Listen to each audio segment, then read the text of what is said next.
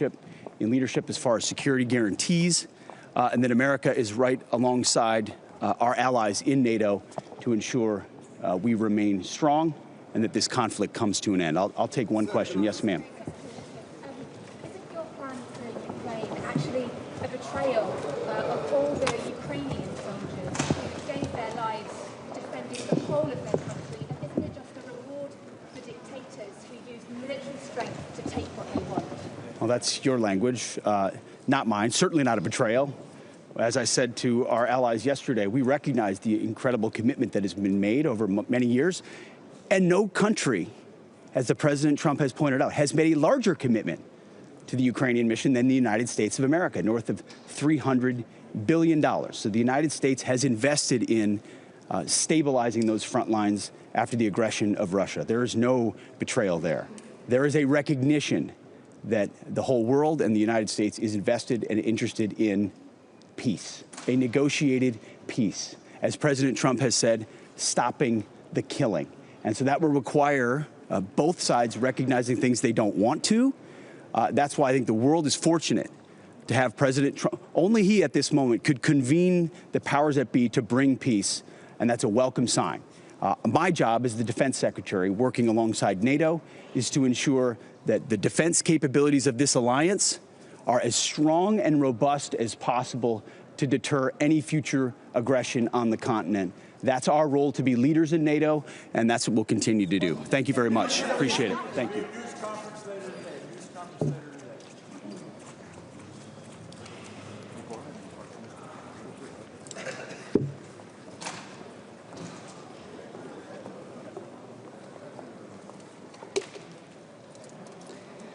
Good morning. Today we will be talking about military capabilities that we will need for our collective security, to be able to defend our peoples, our countries, our territories, also our values and our interests. We know we have to invest heavily into our security and into our capabilities. We have come a long way. We have a long way to go.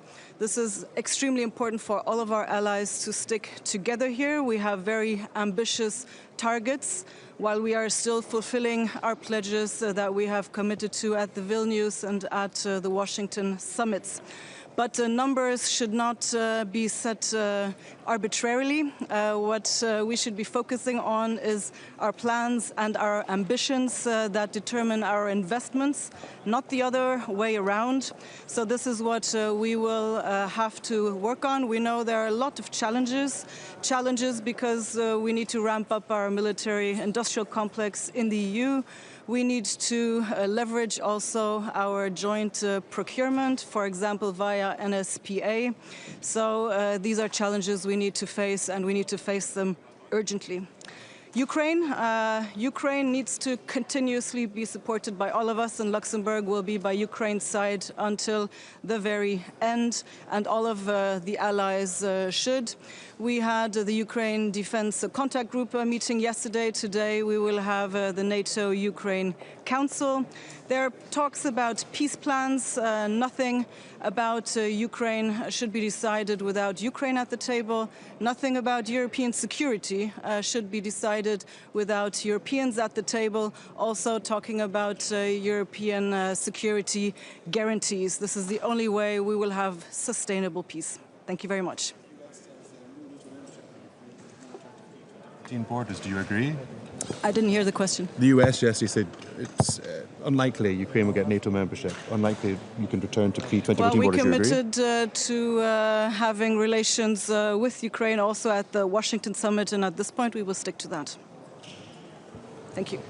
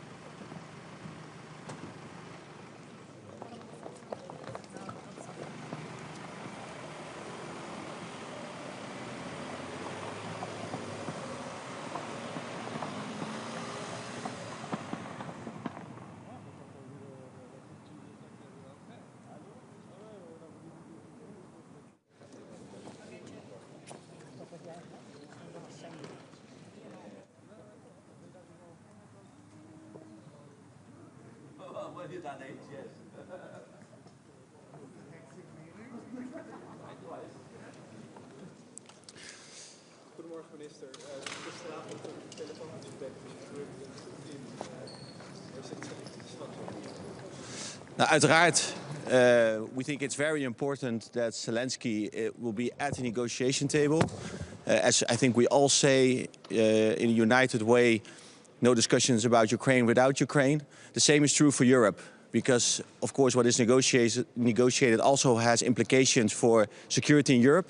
So we think that Europe should also sit at the table, of course, especially when there are talks about security guarantees.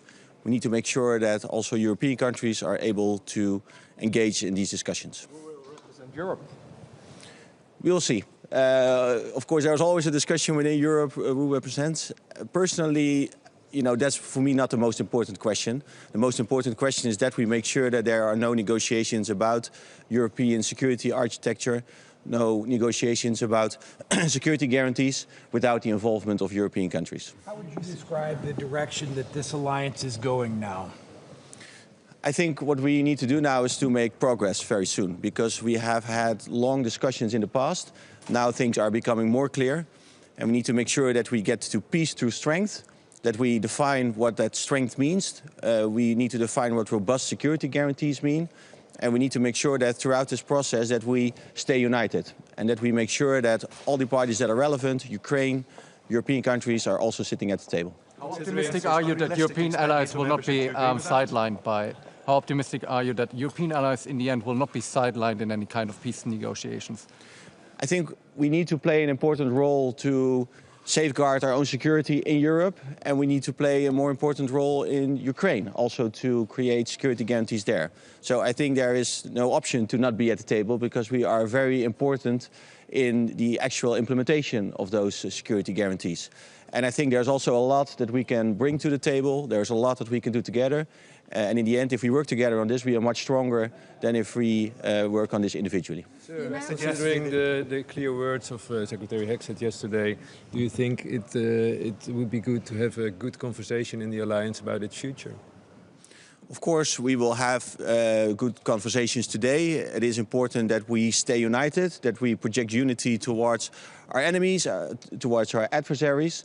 So we need to have, I think, clear and direct discussions in those rooms behind closed doors, but then also come to an agreement and make sure that we project unity and strength to our enemies. The Americans drew a number of red lines for Ukraine yesterday regarding the peace negotiations with Putin. Do you think that's a wise strategy if you want to be a strong actor and have a lot of leeway against Putin? I think a lot needs to be worked out in the upcoming weeks and months, because we are talking about very serious things. When you think about security consequences, that is very serious. And I think that in that process, throughout this progress, there are so many options. We need to have a certain level of ambiguity, because we don't want to have Putin and others look in our cards that we have on the negotiation table. So I think it is important to project unity, to make sure that we speak with one voice, and also that we keep a certain level of ambiguity in the next couple of months to make sure that we do not inform Putin. The US says NATO membership of Ukraine is unrealistic. Do you share that assessment? I think regarding membership of Ukraine, you always need to make a distinction between the very short term and the long term. But we as Netherlands have always said that Ukraine is on an irreversible path to NATO membership, and that's still our opinion. Thank you. Prepare for peace troops now.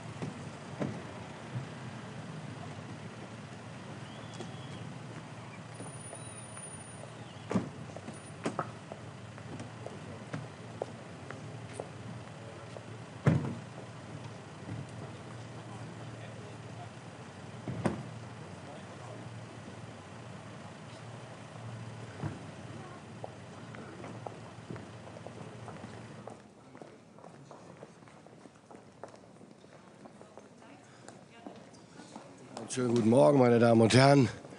Seit gestern ist jetzt klar, worüber ja schon seit längerer Zeit spekuliert wurde. Nach dem Telefonat zwischen Präsident Trump und Präsident Putin soll es jetzt einen schnellen Friedensvertrag, ein schnelles Ende des Krieges geben, den Russland gegen die Ukraine seit 3 Jahren führt. Man hätte sich das auch früher gewünscht und früher vorstellen können. Offenbar gab es Gründe auf Putins Seite, nicht früher bereit zu sein, über einen solchen Frieden zu sprechen überhaupt. Und die amerikanische Administration fordert nun die Europäer auf, einen dann ausgehandelten Frieden, wann immer das sein wird und wie immer er dann konkret aussehen wird, möglichst eigenständig zu sichern. Ich will zunächst mal sagen, wenn Putin es tatsächlich ernst meint, in diese Verhandlungen reinzugehen, und daran sind zumindest nach den Erfahrungen der letzten 3 Jahre Zweifel erlaubt, dann muss er, wie ich finde, auf dem Schlachtfeld unmittelbar Taten folgen lassen und aufhören, die Ukraine zu zerstören. Klar ist für mich, und daran besteht auch kein Zweifel, Europa muss bei den Verhandlungen eingebunden sein. Und das ist, glaube ich, sehr leicht zu verstehen. Insbesondere, wenn wir, wie es gestern hieß, bei der Friedensordnung eine zentrale oder die Hauptrolle spielen sollen. Aber auch vor dem Hintergrund, dass die dann entstehende Ordnung, wenn es denn eine sein wird, und mit der Friedenssicherung, die danach kommen wird, dass wir mit diesen Folgen unmittelbar leben müssen in Europa. Also versteht es sich von selbst, dass wir Teil der Verhandlungen sein müssen. Dass die USA, und das hat mein Kollege Pete Hegseth gestern auch gesagt, ihren Fokus künftig stärker auf den Indopazifik legen würden, war klar. Das habe ich seit 2 Jahren oder 1,5 Jahren regelmäßig wiederholt. Das war völlig absehbar. Gleichzeitig, und das war auch wichtig gestern, betonten die Amerikaner gestern aber auch, sie werden zu ihrer Verantwortung stehen. Pete Hegseth sagte gestern sehr deutlich, die USA werden Europa nicht den Rücken kehren. Und er sagte wörtlich, wenn ich mich richtig erinnere, we don't go anywhere. Und das ist ein klares Bekenntnis zur NATO und zu Europa. Darauf haben wir gesetzt, und das ist gut, dass das so deutlich artikuliert worden ist. Was heißt das jetzt für uns? Wie die Verhandlungen zu einem Frieden in der Ukraine genau laufen werden und vor allem, wie die Verhandlungsergebnisse dann aussehen werden, steht natürlich jetzt noch nicht fest.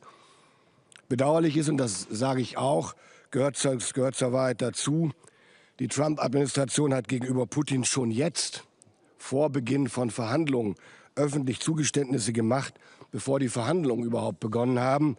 Aus meiner Sicht wäre es besser gewesen, über eine mögliche NATO-Mitgliedschaft der Ukraine oder über mögliche Gebietsverluste des Landes erst am Verhandlungstisch zu sprechen und es nicht vorher vom Tisch zu nehmen.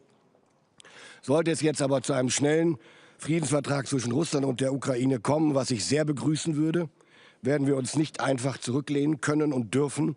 Das muss allen in Europa völlig klar sein.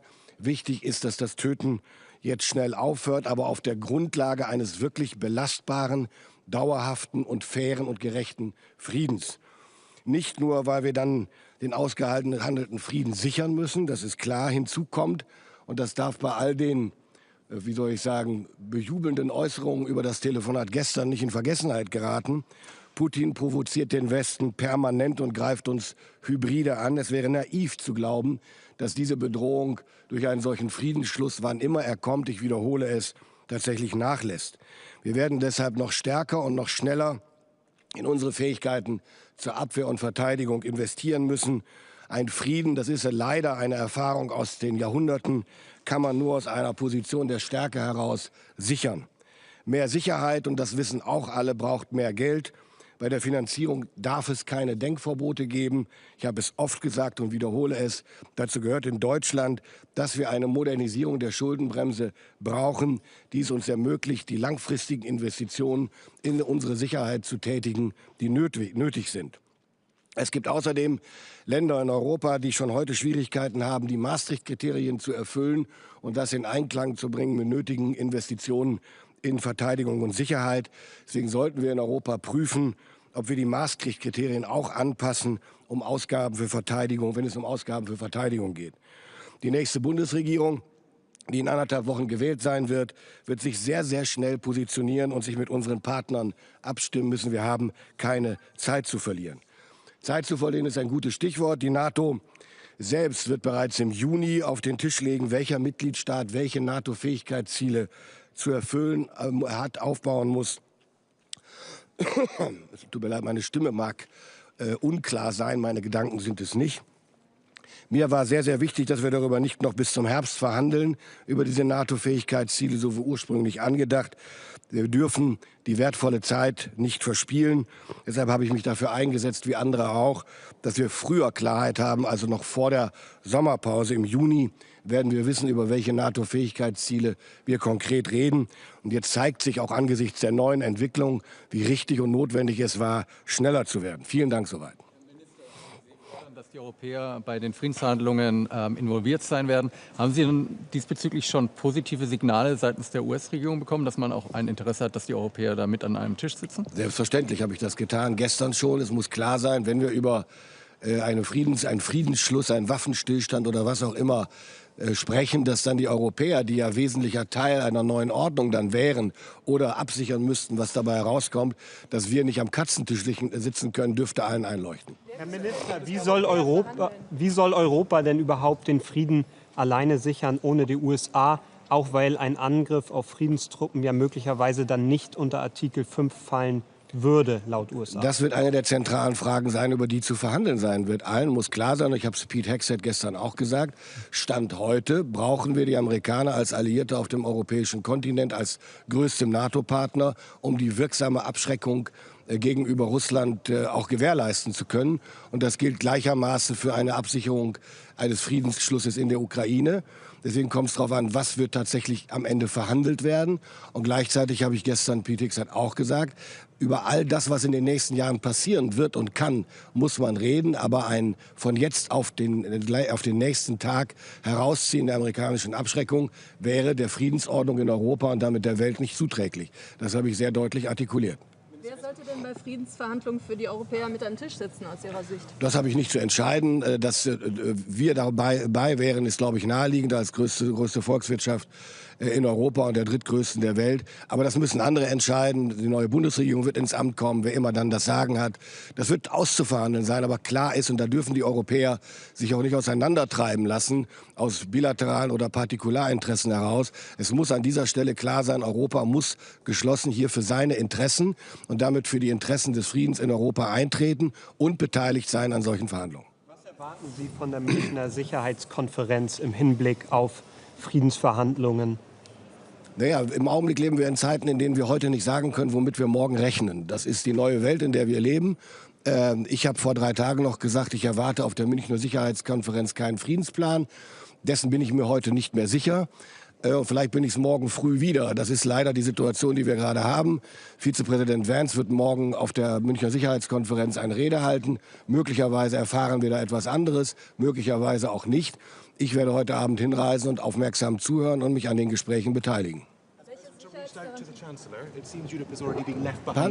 Has President Trump reached out to Chancellor Scholz? I don't know. It seems Europe has been left behind in the Ukraine peace talks already. What do you think? That's not my impression for the moment, because the reality is nobody was really involved before the phone call between Trump and Putin.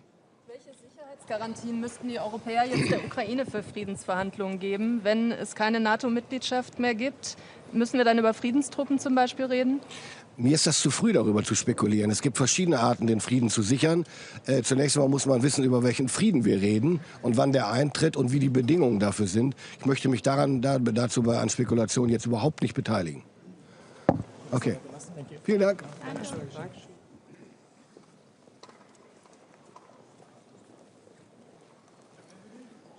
Bonjour à toutes et à tous. Bonjour. Bien, heureux de vous retrouver ici à Bruxelles pour 2 jours importants. Hier, évidemment, format du DCG, d'autres réunions aujourd'hui bilatérales et multilatérales liées évidemment à la question de l'Ukraine, dans un fond un vrai moment de vérité politique, mais aussi sur le terrain sécuritaire et militaire pour l'ensemble des pays de la zone euro-atlantique, non pas tant d'ailleurs par la nouveauté des positions qui ont pu être développées par l'administration Trump, avec de la visibilité, y compris d'ailleurs liée aux échanges que le président Macron avait pu avoir avec le président Zelensky et le président Trump en marge de la réouverture de la cathédrale Notre-Dame de Paris. Et d'ailleurs, au fond, certaines positions étaient des positions déjà partagées par l'administration américaine sortante démocrate. La nouveauté, évidemment, est l'ouverture de ce cycle de négociations. Pour la France, les choses sont assez simples et assez claires au fond. Soit nous sommes dans des paramètres de discussion qui permettent réellement d'apporter la paix par la force, soit au contraire, ça sera la paix par la faiblesse. Et la paix par la faiblesse, malheureusement, pourra nous amener à des situations sécuritaires dramatiques, voire même à l'élargissement à terme du conflit, sans oublier évidemment l'impact déplorable que cela pourrait avoir chez d'autres compétiteurs. On ne peut pas ne pas citer Pyongyang, Téhéran et dans une autre mesure la question évidemment que pose la Chine en matière de défis. Et donc au fond, on est dans ce matin une réunion qui va poser un peu la question de l'avenir de l'Alliance. On dit que c'est l'alliance militaire la plus importante, la plus robuste de l'histoire. C'est historiquement vrai. La vraie question, c'est est-ce que dans 10 ou 15 ans, c'est toujours le cas? Et ça pose évidemment la question des dépenses, mais au fond, c'est un non-débat. Tout le monde sait qu'il faut dépenser plus. Tous les parlements, pratiquement, de l'Alliance sont en train de voter des crédits d'augmentation. Je ne vous parle même pas de la France, dont les crédits vont considérablement augmenter, doubler. Nous allons peut-être même encore aller au-delà. Mais en fait, c'est à quoi sert cet argent public? Si c'est pour gagner la guerre d'hier, si c'est pour remplir nos hangars de matériel, parfois d'ailleurs américain, pour un certain nombre de pays européens, sans pour autant chercher l'efficacité militaire réelle, ça sera un échec devant nos peuples, un échec pour le continent européen, un échec devant l'histoire.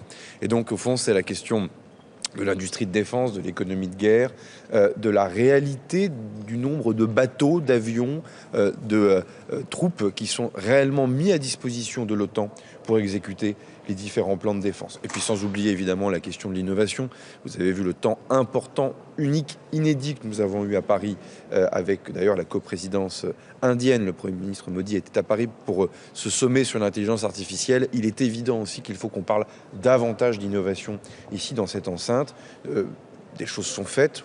Saluer le travail important qui a été fait et mené par ACT, et notamment évidemment le commandant suprême pour la transformation de l'OTAN, l'amiral Vendier. Et j'aurai l'occasion tout à l'heure d'annoncer et de confirmer qu'avec un certain nombre de pays du nord de l'Europe, nous allons nous joindre à des initiatives, notamment en matière de drones de surface en Baltique, pour là aussi être capable de répondre à la menace russe telle qu'elle se dessine devant nos yeux pour les années qui viennent. En tout cas, c'est un grand moment de vérité. Il y aura beaucoup d'engagement de Paris pour la sécurité de l'Alliance, avec aussi les positions classiques françaises d'autonomie, évidemment, et la volonté de ne pas être systématiquement aligné. Mais en tout cas, c'est le moment de la lucidité et c'est le moment de la gravité, sans faire preuve de faiblesse. Merci à toutes et à tous. Je ne prendrai pas de questions. La place de l'Union européenne quand même dans les négociations de paix. Merci infiniment.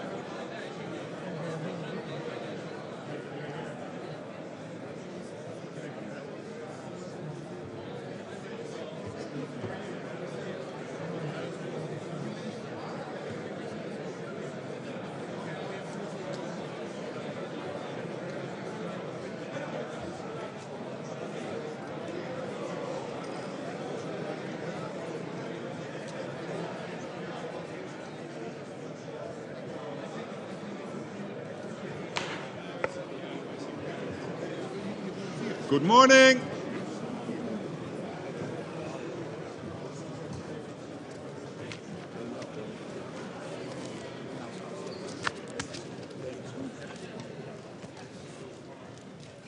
Good morning all, and welcome to this meeting of NATO Defence Ministers. We will focus on some key priorities for our summit in The Hague, which is only 4 months from now, I started to realize today. So it is quite soon. Defence spending will be priority number 1. To stay safe and to prevent war, we need to spend a lot more, especially in Europe and Canada. All allies stepped up defence investment in recent years, and European allies carry now a much bigger share of the burden than before. In the last 10 years, European allies and Canada have added more than $700 billion for defence. That means that in 2024, NATO allies in Europe and Canada invested almost $500 billion in defence, and that is nearly a 20% increase compared with 2023.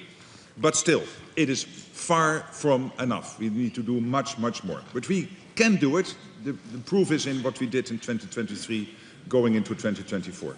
The second priority is defence production and the need to boost the defence industry across the alliance.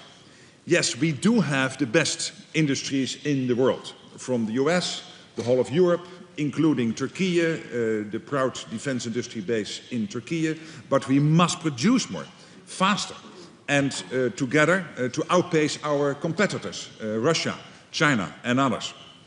Third, we will discuss Russian destabilization campaigns against our countries, including the Shadow Fleet, and how we respond. We know the Shadow Fleet is a large source of income for Russia. Baltic Sentry is a good example of how we can deter better. And then finally, when we leave this room and we go into lunch, we will discuss what more we can do to support Ukraine. Defence Minister Umerov and EU High Representative Kaja Kallas will join us. This concludes the public portion of the meeting. I want to thank the media for joining us, but please now leave the room.